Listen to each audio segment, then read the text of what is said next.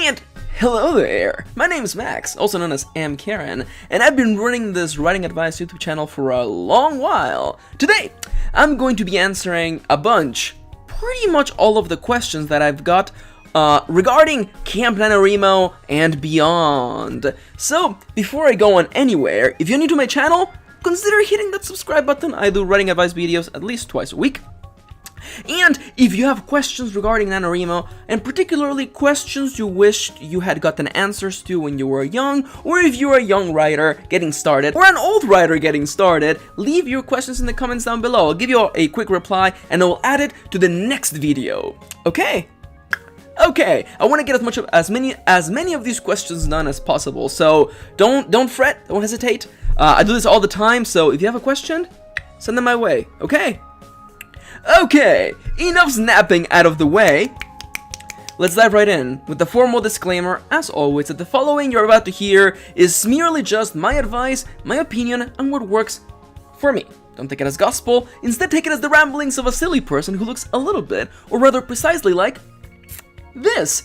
It's been a while since the last time I did a Q&A, and I'm excited because I have a bunch of questions that I'm going to be covering, and we're going to move real quickly. The first two questions, I'm gonna actually bundle them up because they pretty much deal with the same concept. So they go a little bit like this. How do I know how much preparation is enough? I normally start writing with just a basic premise and see where it goes, but end up burning out when I don't know where the story should go next. Any tips? And also, I still cannot make up my mind on which story I want to write for a month-long challenge like Camp NaNoWriMo. How do I choose? Okay, anyone out there? If this is gonna go up in the middle of the month, I'm sorry for the delay on these videos. I've just been really busy with RL stuff.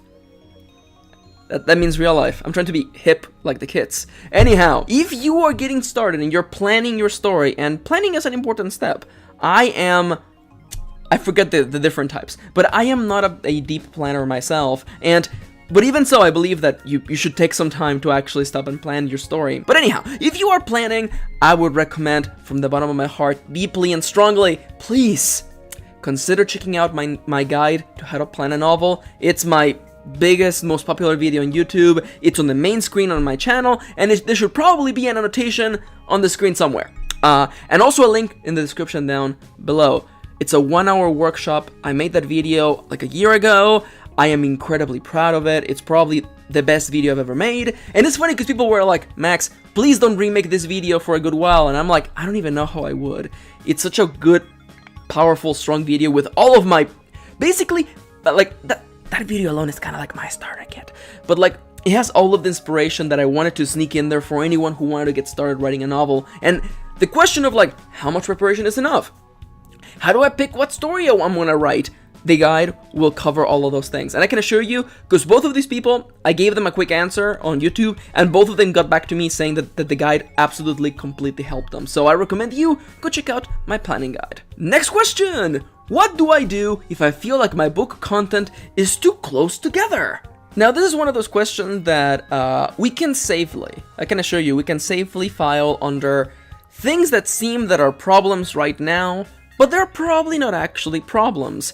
Especially if you're about to get started with writing, or you're in the middle of writing, a bunch of things come to your mind and you're worrying about, like how effective the scene's gonna be, is the ending gonna work, are people gonna completely guess the plot twist?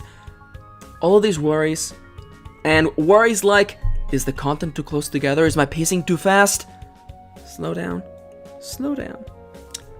Keep writing, and worry about this once you are at the editing phase, okay? I cannot tell you how many books don't get finished. Wonderful books, some by dear friends of mine, do not get finished because those writers hesitated themselves into oblivion. Keep writing. There is nothing you cannot fix with editing and revision. I can assure you of this. It may not be easy, but editing a novel is way easier than writing a novel from scratch again. Get the novel written, and move forward. You will most often find that it was your worries, your doubts, your hesitations that were blowing these little problems out of proportion. I I don't want to go too long, but I'll tell you. I wrote a book called Justine's Blood, and I was terrified, downright terrified, that everyone would guess the plot twist to that particular story. Up here, when I was writing, I thought the plot twist was so obvious that everyone who was even slightly paying attention would guess it. Now, if you have read that book, you know that sounds kind of crazy for me to say that, and that is because I was just worried in the middle of the first draft. Keep pushing. You may be, like, I can assure you when it comes to pacing and content being close together, like, a faster pacing is almost generally better than a slower pacing, so for now, don't worry about this, okay? It's just your mind, your brain blowing things out of proportion. Keep writing, okay? Finish that story, and then worry about that stuff later, okay? Okay, next question! Hiya Max, I'm planning to join Camp Nano this year and work on my revisions. Wish me luck? Good luck. Also, I have a question or two regarding writing contest and short stories. So my school will hold a writing contest where they give us prompts, and we're given a word limit. But how do you make sure your short story falls under the word limit? I find myself wanting to develop the story more and more, but the word limit doesn't allow me. I feel the endings always seem a little rushed, and I don't particularly like that. Do you have any advice? Regarding short stories, yes, my advice for making sure that they fit within the allocated maximum word count is to edit mercilessly. This is one of those things that, and I do feel that writing short stories, and this is a particular thing why I've never particularly felt, how many times can I say particularly in a row? You may be surprised. I would edit those out in revision. But unfortunately, I'm not writing this blog post, I'm just saying it live.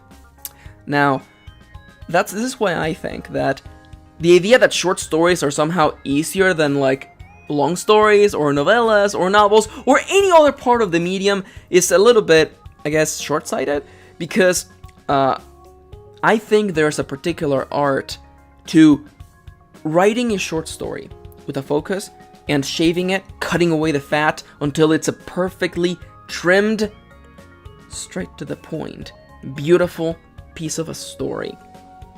Now, as I gave the answer to this person, what is my advice to making sure that you fall within the word limit? First and foremost, focus on one moment. Short stories really do fall. I think, in my personal opinion, the pitfalls of a short story is that it tries to do too much. One thing. Get one thing right. Give us one moment in this character's life, one focus. Just one thing. One scene. Make it real good. Make it hurt. And work from there. Because I think, again, when you try to do more than one scene, when there's a time jump in your short story, like, unless you're pulling it off rather gracefully, you're gonna have to start cutting things out. Talking about cutting things out, edit mercilessly. I know it's gonna hurt, but you're gonna end up being in that situation in which you shave off a bunch of the fat in your story, and then you realize, okay, I still have to shave off another 200 words. Where are those 200 words gonna come from? Mostly from rephrasing, from cutting away other things that were like second priority have to be basically shown the door. This is the part about short stories that is, I guess, painful, but what makes it also fun. How do you manage to do so much with such a little word count? Again, my advice, focus on a small moment, so you can just do it and do it very well, as opposed to trying to juggle too many balls, I guess. Secondly, edit mercilessly. Cut away at anything that is not necessary. Okay? I know it's gonna suck. It's gonna suck. But that's the problem here. They're not saying give me your best story, give me your best short story. Make it short, make it sweet, make it sting. Okay? Okay. And next question, because this is also related, it was by the same person. I forget your name. I keep pronouncing it in my brain completely wrong, because I miss half of the vowels in your name. But I know who you are, and you're lovely, and you've been a long-time follower. The second part of your question is, how do you know when to stop for a short story ending? And in the particular question, it was phrased that it's always painful to write a short story because you want to expand on it. And my advice for anyone who's kind of in the situation of doing a challenge for a class, for a project, or for a college, whatever it is, or for a magazine, and you're like, I really want to write more, you can always expand on the story later. There are many stories, there are many novels that you have read that have been inspired by short stories. And amazing things that have been inspired by short stories. So remember, you can always expand on it later. That's what has helped me when I'm like, oh, I really like this character. Grab them and drop them in a story of their own. You can give them an ending. Just not within the scope of this particular project or challenge that you're doing. Okay? Okay. Next question.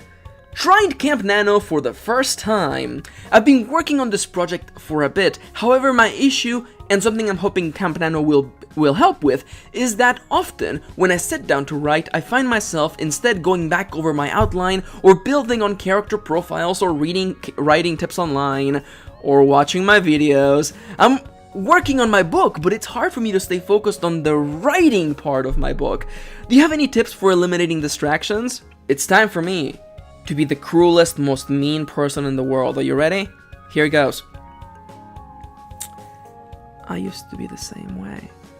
I used to procrastinate writing by doing things that felt like work and kind of looked like work, but they were not, as a matter of fact, work. There were things that I did to procrastinate the writing because the writing was scary. The writing was really scary. What if you suck at it? What if you realize you're not good at it? I'm gonna tell you a little secret. No one is good at writing. Because every time you read someone's work, you read it after they've had a chance to write it again and again and revise it and send it to people to get their thoughts on it, and an editor looks at it.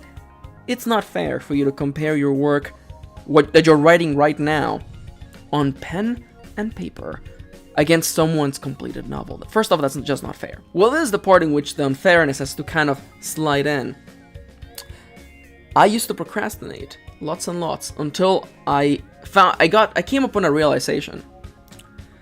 And it's one of those horrifying realizations. And it was that as long as I continued to procrastinate writing, my dream of being a writer would never, ever, ever happen. If you don't write, you don't finish books. If you don't finish books, you can't revise books. And if you don't revise them, you can't publish them. It's not gonna happen unless you make it happen. That is what made me go from, you know, I think I'll work on those character sheets to, you know what, screw those character sheets, I actually get writing done. It's not gonna happen unless you make it happen. Is it cruel? Is it awful? Is it awful? Is it awful? Is it awful? Yes! It's a horrible realization! But anyhow, I hope this helps. Charge through, get some writing done, okay? It's not gonna happen unless you make it happen, okay? Okay. Next question! Now, I have a pretty good idea already of what your answer is going to be. Seriously, your Q&A vids have been on repeat for the last 48 hours, no joke. I believe it. But still, I can't help but ask if it would be unorthodox to use NaNoWriMo or Camp NaNoWriMo to write towards my comics rather than a novel. Thoughts? There is no NaNoWriMo police, okay? No one's gonna knock on your door and say, NaNoWriMo police! You said you were gonna write a novel! What is this? Comics! It's okay. The whole purpose of NaNoWriMo. Also, by the way, Camp NaNoWriMo has a setting where you can define what you're working on, whether it is pages or hours. The goal is to make this month work for you, and for your personal projects. You can work on a comic, you can work on your visual novel, you can do whatever you need to do. Just dedicate your time to it, okay? Okay, and last but by no means least, a classic question that I get every year, and it may be a little bit late, I understand, but at least I want to slide this in there for anyone who's considering jumping in right now. Does it have to be a brand new novel, or can you use the project that you have been working on? The answer to that is, whatever you want to work on is completely fine. I am spending Camp Nano, April 2017, continuing work on my novel that I started in March. And that's completely fine. Because there's no Camp Nano police. No one will find out. So work on what you need to work on. Whether it is comics, visual novels, whatever it is, or that novel that you meant to finish a while ago. It's completely fine. Get to work and get writing, okay? Okay! How many times did I say that in this episode? Not enough times! Okay? Okay. Anyhow, silliness out of the way, I want to thank you for tagging along. This is the first part of my Camp NaNoWriMo 2017 Answer-a-thon. If you have questions you would like me to answer, please feel free to leave them in the comments down below. I will wrangle them up and answer them in a future video. And of course, feel free to leave your thoughts on the questions that were answered today. Do you have your own particular point of view? I would love to hear about it. And now, as we're kind of rolling into the outro, if you enjoyed this video and would like to make sure that I can continue on making videos like this one for the foreseeable future, please consider checking out my Patreon. You can pledge a little bit of your money towards my cause, and you can get cool perks like watching my videos early. But if Patreon's not your cup of coffee, how about a cup of tea instead? This is not tea. That's just water. But if you would like to treat me to a cup of coffee or tea, please consider checking out the link to a one-time donation in the description down below. I would really appreciate it. Anyhow, now that we're in the absolutely totes legit. See, cool kids? Do kids even say totes anymore? Oh god, I'm so old. We're now in the formal outro. Up here, playlist with over 200 writing advice videos. Oh, that's crazy. And it's only gonna get even more crazy as time goes on. Up here, click on my pixel face to subscribe. I would really appreciate it. And you'll get more of these videos delivered straight to your inbox. Or sub box, subscription box. Down here, a link to my Patreon. And over here, a link to my other channel with Kitty, where we're very, very, very silly people. For the time being, thank you for tagging along. I hope you enjoyed this Q&A, and I can't wait to answer more of your questions on the next one. Okay? Okay.